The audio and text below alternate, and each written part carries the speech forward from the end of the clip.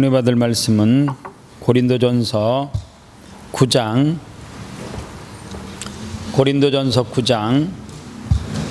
11절부터 14절까지만 읽겠습니다.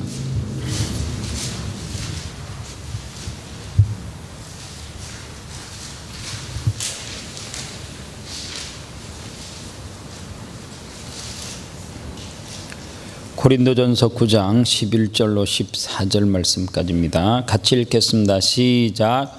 우리가 너희에게 신령한 것을 뿌렸은즉 너희의 육적인 것을 거두기로 가다하겠느냐? 다른 이들도 너희에게 이런 권리를 가졌거든 하물며 우리 일까 보냐?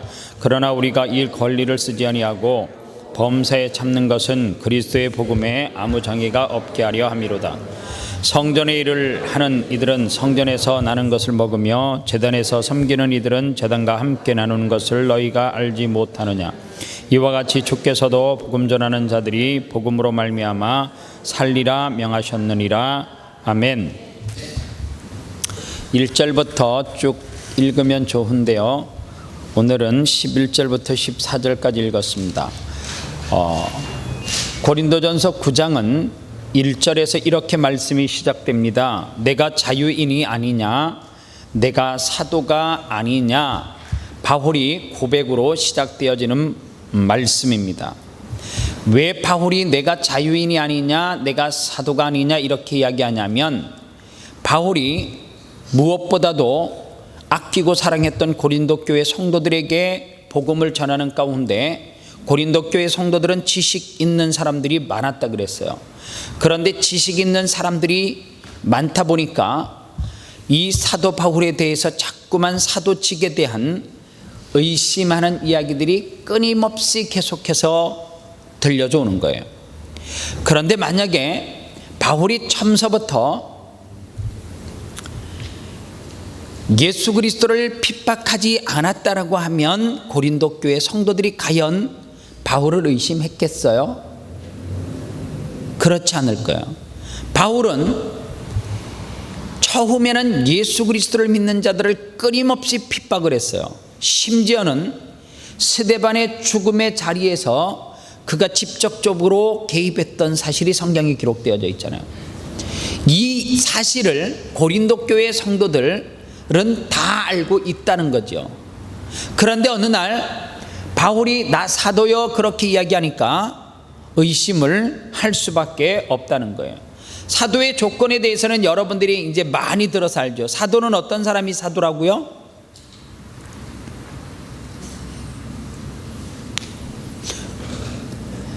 예수님에게 직접적으로 뽑혀서 가르침을 받은 사람, 그렇죠? 임명장을 받은 사람, 그리고 또 부활하신 예수 그리스도를 직접 목도한 사람, 본 사람, 이런 조건을 가진 사람이 사도인데, 바울은 그 면에서 볼 때에 12제자에 들어가지 않기 때문에 사도가 아니냐 그렇게 이야기를 하는 거죠. 그것을 가장 큰 조건으로 쳤다라고 하면, 그런데 바울을 가만히 보면, 바울이 사도행전에서 보면 다메섹으로 올라가다가 빛으로 나타나신 예수 그리스도를 보잖아요. 그런데 사울이 어떻게 갑자기 다메섹에 가다가, 다메섹을 향해서 가다가 다메섹으로 향해서 갔던 이유가 뭔지 아세요? 예수 그리스도를 믿는 사람을 찾아서 또다시 핍박하려고 그 목적을 향해서 갔단 말이에요. 그런데 하늘에서 빛이 나타나서 사울아 사울아 그럴 때 한 방에 사울이 그분이 예수인 줄을 알았어요. 알았던 이유가 뭐예요? 선 지식이 없으면 불가능하겠죠. 여러분들, 바울은 가말리엘 학문에서 대학자로서 구약 성경을 철저하게 공부를 했던 사람입니다. 그래서요, 구약 성경 중에서 에스겔서나 다니엘서 같은 묵시의 형태로 기록되어져 있는 말씀이 있는데, 묵시는 뭐냐? 종말과 심판, 구원과 메시아를 기이한 소리나 아니면은 구름이나 빛 등으로 묘사하는 방법이 즉 묵시문학이에요. 그런데 바울이 이 공부를, 선 지식을 공부하고 나니까 다메섹으로 가는 가운데 갑자기 빛이 비치고 묵시문학이 뭐라고요? 심판과 그리고 종말 그리고 구원과 메시아를 소리나 그 다음에 구름, 빛으로 묘사하는 거예요.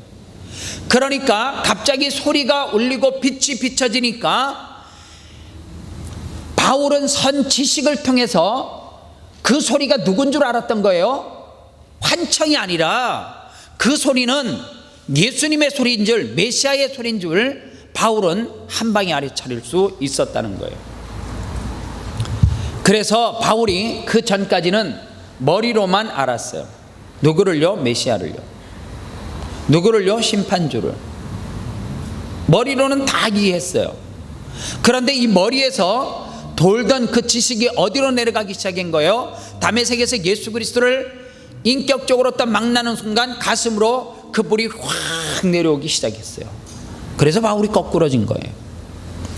그렇게 되고 난 다음에 예수님께서 바울에게 뭐라 그래요? 가라, 그렇게 이야기하잖아요. 사도행전 9장 15절에 보면 너는 내 이름을 이방인과 임금들과 이스라엘 자손에게 전하기 위하여 택한 나의 그릇이다, 그렇게 이야기해요.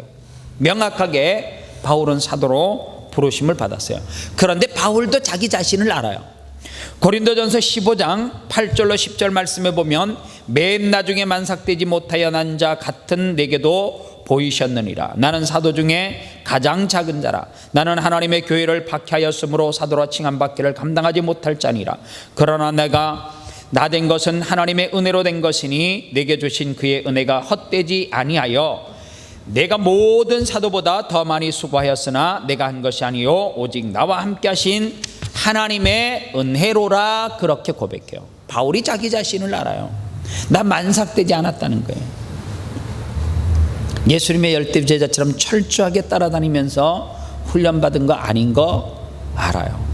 그리고 자기가 가장 작다라고 하는 것도 알아요. 그리고 자기 스스로를, 교회를 핍박했던 사람을 부정하는 것도 아닙니다. 그런데 왜 바울이 사도직에 대해서 악착같이 이야기를 하느냐? 그가 사도라고 하는 직을 가져야지만 사례비를 받고 사도라고 하는 직을 가져야지만 사람들 앞에서 인정받는 것이 아니라 자꾸만 의심하는 사람들은 그 꼬투리를 잡으려고 하잖아요. 그러면 바울이 전한 그 모든 복음은 뭐가 될 수 있는 거예요? 가짜가 될 수도 있어요. 봐봐, 제 사도 아닌데 사도라 그러잖아. 제 입에서 말한 거 다 가짜야, 그렇게 이야기. 제 이단이지, 그렇게 되면 이단 될 수 있는 거죠.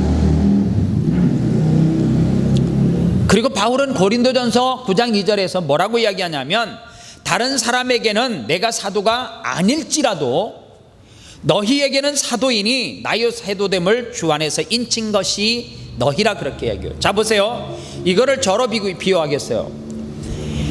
다른 사람에게 내가 목사가 아니라 할지라도 아름다운 교회를 벗어나서 다른 사람에게 내가 가서 나 목사야, 그렇게 이야기했을 때 당신이 뭐 목사야? 그렇게 이야기하면 다른 사람에게 목사가 아닐지라도 여러분은 제가 목사인 것을 인쳤다, 너희가 증거다, 그렇게 이야기하는. 그게 뭐냐면 내가 목사로서 단위에서 말씀을 전하니까 여러분들의 삶이 변화되어지고 하나님과 가까이 가고 그리고 믿지 않는 사람이 예수 그리스도를 믿게 되어지고 너희들이 증인이야, 증인.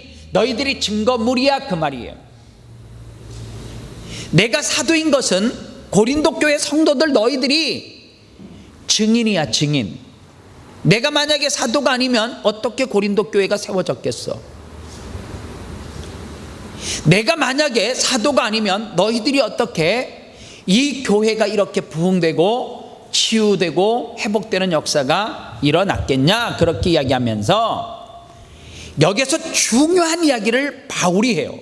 무슨 이야기를 하느냐 하면 고린도전서 9장 4절로 6절 말씀에 보면 우리가 먹고 마실 권리가 없겠느냐, 우리가 다른 사도들과 주의 형제들과 게바와 같이 믿음에 자매된 아내를 데리고 다닐 권리가 없겠느냐, 어찌 나와 바나바만 일하지 아니할 권리가 있겠느냐. 이 말이 뭐냐 하면 고린도 교회 성도들에게 사도로서 세 가지 권한이 있다는 거예요. 그게 첫 번째 뭐냐 하면 먹고 마실 권리, 즉 뭐예요? 생활의 권리가 사도인 내게 있다 그 말이에요. 두 번째로 아내를 데리고 다닐 권리, 이거는 뭐예요? 가족을 부양해야 될 권리가 내게 있다는 거고, 세 번째 이야기가 뭐냐면 일하지 않을 권리, 돈을 벌기 위해서 세상의 직업을 갖지 않을 권리가 있다 그 뜻이에요. 그러니까 나 사도인 바울은 먹고 살아야 되고, 그리고 가족을 부양해야 되고, 그리고 내가 사도의 직분을 감당하는 가운데 세상에 나가서 일하면 안 되는 그러한 직임에도 불구하고 바울이 뭐라고 이야기해요? 바울이 중요한 이야기를 해요. 너희들이 자꾸만 내 사도직에서 태클을 걸고, 그리고 내게 자꾸만 그러한 가진 권리들을 내가 행할 자격이 있음에도 불구하고 나 너 의심돼서 너 먹고 사는 문제, 가족을 부양해야 되는 거 네가 일을 하든지 말든지 나 책임 없어 그 말이에요. 지금 고린도 교회 성도들이요. 쉽게 말할까요? 너 우리 교회에서 사도라고 목사라고 그러지만 나 너에게 사례비 못 줘 그 말이에요. 네 먹고 사는 문제 나 책임 못 져. 네 가족 나 책임 안 질 거야 그 말이에요. 그리고 네가 일을 하든지 말든지 나 상관없어 그 말이에요. 고린도 교회 성도들이 무엇을요? 해야 될 권리들을 하지 못하겠다라고 지금 이야기하는 거예요. 누구에게요? 바울에게. 그런데 바울이 기가 막히게 멋있어요. 바울이 뭐라 그런 줄 아세요? 쉽게 말하면 나 너에게 사례비 못 줘 그러잖아요. 고린도 교회 성도들이. 나 안 주면 안 받아 그렇게 이야기해요. 나 안 주면 안 받아. 그러나 나 사도직 포기 못해 그 말이에요. 참 멋있는 이야기예요. 목회자가 갖추어야 될 가장 기본적인 소양을 지금 바울이 말하고 있는 거예요. 무슨 이야기예요? 복음을 전하는 성직, 하나님 앞에 부름을 받은 종들은 먹기 위해서 목회하면 안 된다는 거예요. 먹을 것이 없고 사례비를 주지 않아도 하나님의 말씀을 전하는 사도로 부름을 받았으면 그것을 위해서 내가 기본적으로 가져야 되는 권리가 있다 할지라도 나 그거 포기할 수 있어 그렇게 이야기해요. 그리고 실질적으로 바울은 고린도 교회에서 무보수로 사역을 해요. 에베소 교회에서는 어떤 일이 벌어졌냐면 에베소에 머물러 있을 때에는 모든 사람들이 한낮이 너무너무 더우니까 낮잠 잘 시간에 바울이 했던 일이 뭐냐면 천막 만드는 아르바이트를 쉽게 말하면 했어요.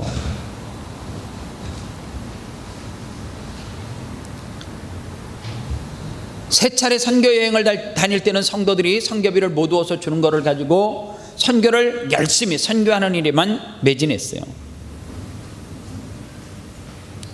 자신의 권리를 내려놓을 수 있는 것, 이것이 신앙의 성숙이에요. 이게 참 어려운 이야기거든요. 여러분들 초등학교 중학교 다니는 아이에게 부모가 이런 딜을 하잖아요. 너 공부 전교에서 10등 안에 들어가면 내가 너에게 뭐 사줄게 그렇게 이야기해요. 요즘은 자전거 사준다면 공부 안 하죠. 요즘은 최신형 무슨 노트북 이런 거 좋은 거 그죠? 막 얇은 거. 아버지는 이렇게 두꺼운 거 쓰는데 아들은 얄팍한 거 쓰잖아요. 그죠? 그런데 그게 통해요. 이제 대학원 정도 가면 자녀가 대학원 정도 가면 공부하는 거에 무슨 상품을 걸지 않죠. 어느 날 밤늦게 불이 켜져 있으면 이렇게 이야기해요. 야, 너 몸 생각하면서 공부해 그렇게 이야기해요. 너 전교에 10등 안에 들으면 차 사줄게 이런 딜하는 부모 없잖아요. 야, 네 건강 좀 챙기면서 공부해라 그렇게 이야기해요. 여러분들 그 이야기 가운데 되게 엄청난 뭐가 들어있는 거예요?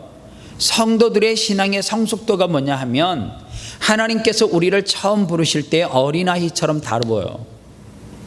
너 열심히 신앙생활 해봐. 11조 해봐. 내가 너에게 복 줄게. 그 말이에요.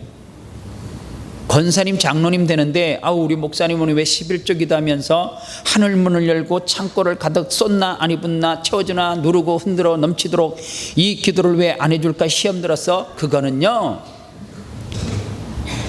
한마디로 말하면 웃긴 장로님, 웃긴 권사님이죠. 진짜 그래요. 신앙이 성숙되면은 있잖아요, 내가 가질 수 있는 권리도 다 포기하고 내려놓는 거예요. 그게 정말 어려운 거거든요. 그게 정말 어려운 거예요. 바울처럼 나 너에게 사례비 못 줘. 주지 마. 나 안 줘도 돼.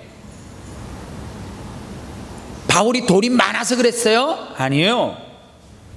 하나님께서 나를 다메섹에서 사도로 세웠을 때에는 하나님께서 나 굶기지 않을 거라고 하는 확신이 바울에게 있잖아요. 진짜니까 그렇게 고백할 수 있죠. 가짜는 싸워요. 여러분들, 가짜는 뭐 갖고 싸우는 줄 아세요? 연말 되면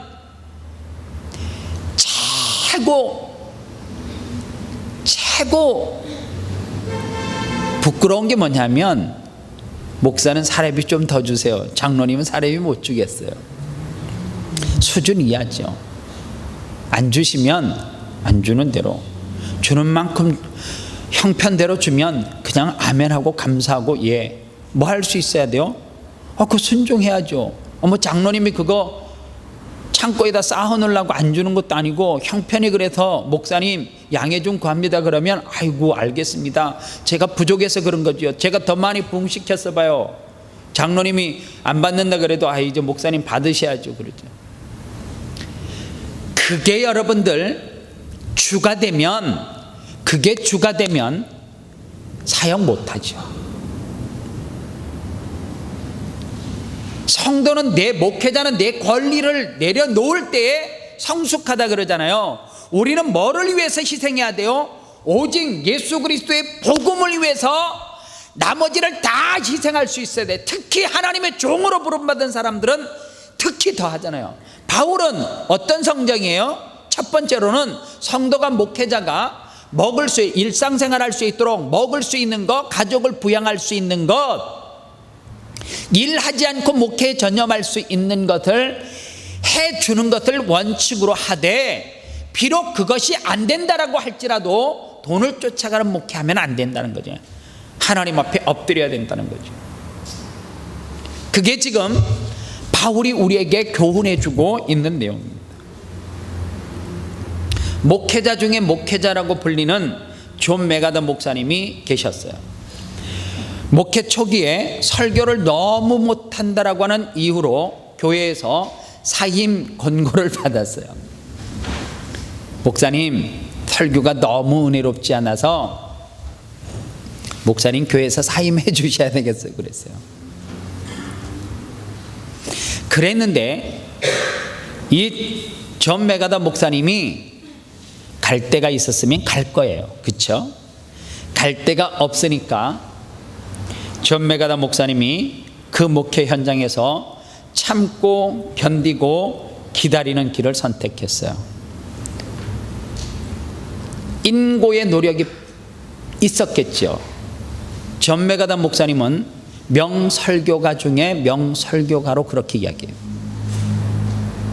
그런데 훗날 이 존 메가더 목사님이 명설교가로 명성이 자자했을 때, 그때 그 교회에서 신앙생활에 있던 한 성도가 물은 거예요. 목사님, 그때 참 많이 마음이 상하셨을 텐데 왜 안 가셨냐니까, 갈 데가 없었어. 그게 은혜야. 그러더래요. 갈 데가 없었어. 그게 은혜야. 그러더라고. 우리 너무 갈 데 많지요. 그죠? 오늘 한국교회의 이민교회 타락은 치리가 되지 않는 데서 병들고 썩은 거예요. 옛날에는요, 장로 선거하면요, 장로님 선거하면 되는 거를 걱정했어요. 장로 선거하면 내가 장로 될까 봐 두려웠단 말이에요. 왠 줄 아세요? 장로님은 그 교회의 영적인 것, 물질적인 것 다 책임져야 되거든요. 맞죠? 동의 좀 해요. 우리 교회가 지금 장로님들이 책임 안 져도 될 만한 정도 되니까 동의하셔도 돼요. 옛날에는 진짜 그랬어요. 목사님 사례비 장로님이 책임져야 되고요. 영적인 거 장로님들이 주일날 11시에 뵈면 10시 10분 이 정도 남아서요, 장로님들이 작년 공과 공부 다 인도했단 말이에요. 목사님이 안 했어요. 장로님이 다 평신도들을 가르치는 일을, 영적인 일을 다 했어요. 그러니까 그때 당시에 장로님 하세요 투표하면요, 대면 시험 들었어요. 지금은 어때요? 장로라고 하는 직이 명예직이 돼버렸어요. 권력이 돼버렸어요. 안 되면 시험 들죠. 안 되면. 장로가 안 되면 시험 들어요. 신기하잖아요. 뭔가 모르게 변질됐다라고 하는 것을 느끼죠. 권사님은 뭐가 권사님인 줄 아세요? 권사님들 엉덩이는 다 일자여야 돼요. 이렇게 볼륨이 있으면 안 돼요. 그 권사님 아니에요. 누가 권사님 엉덩이가 예쁘게 볼륨이 있어요? 제가 지금 성적인 이야기 하는 거 아니에요. 권사님들은 엉덩이가 하도 앉아서 기도를 해갖고 일자여야 돼요. 제가 아는 권사님들은 다 일자예요. 이렇게 하도 앉아 있어가지고. 그리고 무릎은 낙타 무릎이요. 옛날에는 권사님 시키면 저희 어머니가 그랬거든요. 두렵고 떨려가지고 투표한다고 도망 다닐 때를 찾아요. 왜요? 권사 되면 평생 교회에서 잠자고 살아야 되는 줄 알았어요. 그러니 그게 얼마나 힘든 직분인지를 알았기 때문에 피하고 안 하려고 했던 거예요. 되는 순간 어때요? 된다라고 마음 먹으면 주일날 딱 우리 어머니 권사 되니까 농안에 한복으로 가득 차 있더라고요. 주일날 다 한복 입고. 정말로 성경을 딸딸딸딸 외워서 대표기도를 할 만큼 영적으로도 충만해지고요. 옛날에 그러잖아요. 그렇게 세워놓으면, 그 자리에 세워놓으면 그 그릇 대요 그러는데 지금은 아니에요. 지금은 준비되어져 있지 않는 그릇 목회자 자리에 갖다 놓으면 교회 말아먹고요, 장로님도 똑같고 권사님도 똑같아요. 그러니까 왜 그런 현상이 일어나느냐? 내가 누려야 될, 내가 가져야 될 권리를 내가 꼭 갖겠다라고 하니까 싸워지는 거죠. 싸움이 되는 거죠. 그래서 여러분들 신앙이 성숙하면 무슨 훈련하는 거예요? 내려놓는 훈련하는 거예요.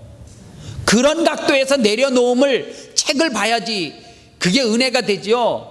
도대체 뭘 자꾸만 내려놓으래. 내려놓기는 다 내려놨는데, 그거 내려놓으라는 거예요. 다 내려놨는데 라고 하는 그거 내려놓으라 그러는데 그거를 못 내려놓는 거예요. 바울이 돈 벌려고 생각하면 못 벌었겠어요? 세운 교회가 얼마나 많고 바울의 신유의 능력이 얼마나 많았었는데요. 그런데 바울이 그거 하나도 누리지 않잖아요. 뭐 했어요? 교회 세우고 그 지역에 맡기고 또다시 교회 세우고 맡기고 계속 이 사역하잖아요. 바울이 한 자리에 딱 터 잡고 여기가 좋겠다 그래서 거기에서 복음 전했으면요, 아마도 지금까지 지구촌에 존재하는 이 땅의 교회 가운데 가장 컸었을 가능성이 제가 볼 땐 많아요. 아니, 가장 컸을 거예요. 그렇죠?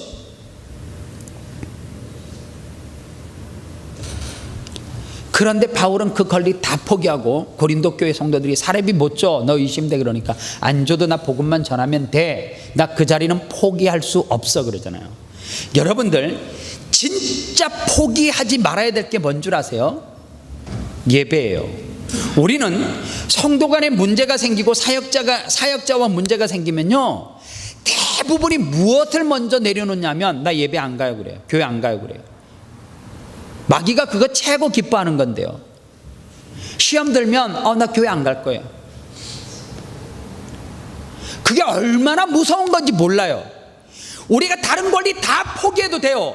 그 사람이 나를 그래요, 미안해, 나 그거 내려놓게. 그렇지만 내가 내려놓는 이유는 하나님 앞에 예배하고 복음을 전하는 거 포기할 수 없기 때문에 다 내려놓는 거예요. 저도 똑같은 마음으로 목회하고 싶어요. 오늘 말씀을 준비하면서 참 많이 제가 바울에게 목회를 배워요. 내가 이 문제 가지고 시험 드는 그 자체가 마음에 조금이라도 상처가 되면 그거 가짜구나.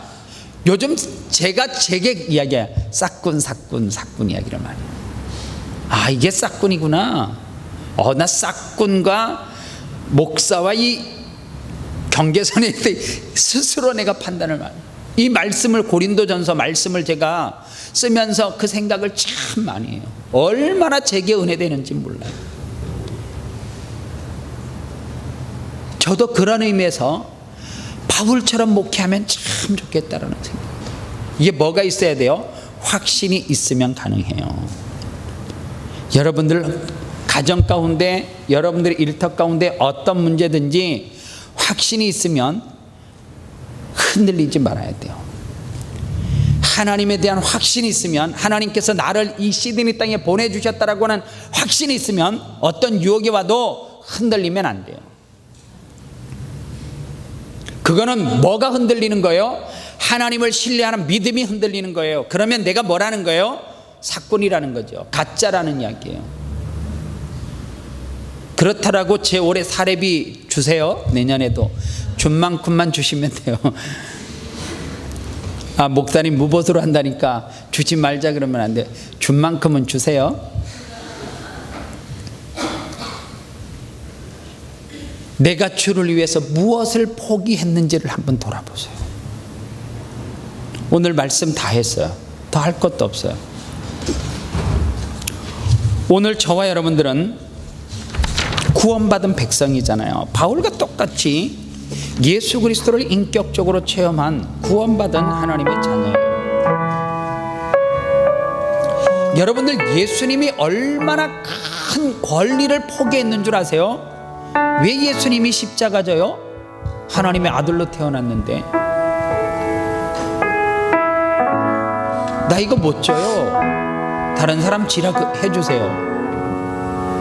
내가 하나님의 아들인데 왜 이거를 져야 돼요? 난 못 지겠어요. 그렇게 할 수 있어요.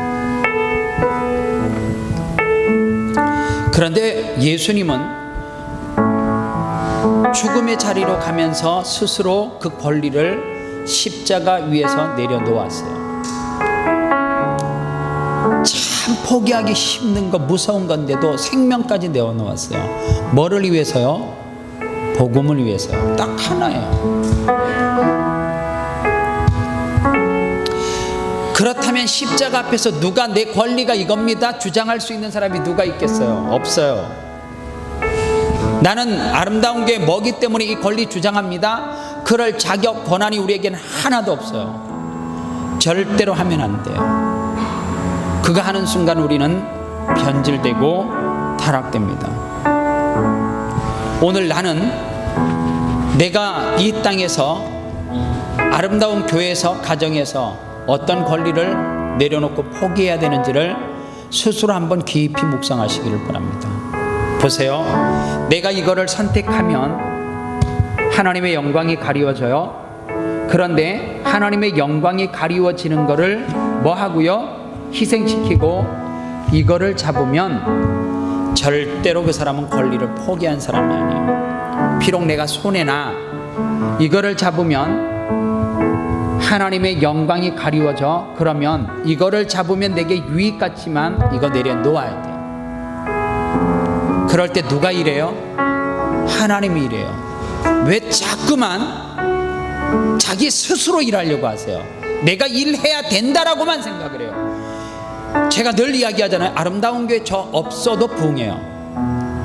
아름다운 교회 우리 장로님 5분 없어도 교회 무너지지 않아요. 절대.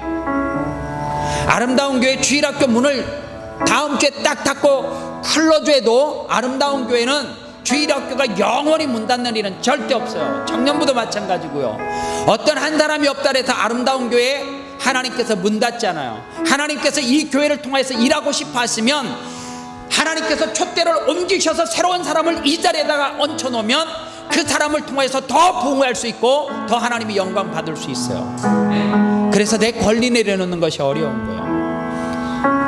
특별히 기득권을 가지고 있는 아름다운 교회 방병복 목사가 또 아름다운 교회 장로님 권사님들이 무엇을 내려놓아야 되는지를 명확하게 알아야 돼요. 그거 내려놓지 않고 자꾸만 내 목소리를 키워갈 때, 그리고 내 영역을 넓혀갈 때 아름다운 교회는 병들기 시작하는 거야. 썩기 시작하는 거야. 오늘 이 말씀은 우리 아름다운 교회 부족한 종이 첫째는 경고의 메시지로 말씀을 준비하면서 다 받았어요. 두렵고 떨림으로 받았어요. 참 연말에 저에게 좋은 말씀 주신 것 같아요. 너무너무 흡족하고 감사해요. 은혜요. 여러분들은 이 한 해를 이제 서서히 마감해야 되는 시점에 와서 내가 아름다운 교회에서 어떤 권리를 하나님 내려놓아야 될지를 다시 한번 돌아보시기를 바랍니다. 나를 통하여서 상처받은 사람이 없는지를 돌아보고, 우리 돌아오는 주일날 새생명 전도 축제 하잖아요. 요즘 청년들은 카톡 단체방에서 서로 전도의 불을 이야기하는데 가슴이 제가 정말 뜨거워. 야, 누구 데려와야 되잖아. 나 몇 명 했어. 나 지금 누구 작업하는 중이야. 그냥 제가 오늘 하루 종일 코멘트를 하나도 안 달았어요. 이 말씀 준비하면서 다 봤어요. 핸드폰 옆에 놓고 기도만 했어요. 기도만. 하나님, 이 안에서 목표로 하고 있는, 타겟으로 하고 있는 그 청년의 마음을 녹여주시고 이번 전도축제 때 와서 기적을 맛보게 해달라고 그냥 하루 종일 기도만 했어요. 근데요, 막 문자 보내고 싶죠. 야, 너 멋있다, 뭐 너 네가 역시. 그냥 꾹꾹 참으면서 기도만 했어요. 저도 오늘 말씀을 통해서 제가 어떤 권리를 내려놓아야 될지를 명확하게 알고 하나님 앞에 기도하고 복음만 붙들기를 원해요. 여러분들도 가정에서 내가 포기해야 될 권리가 뭔지, 교회에서 또 여러분들이 속해 있는 직장에서 복음을 위해서 내가 어떤 권리를 포기해야 되는지를 돌아보고 기도하시기를 바랍니다. 다 같이 기도하겠습니다. 하나님 아버지,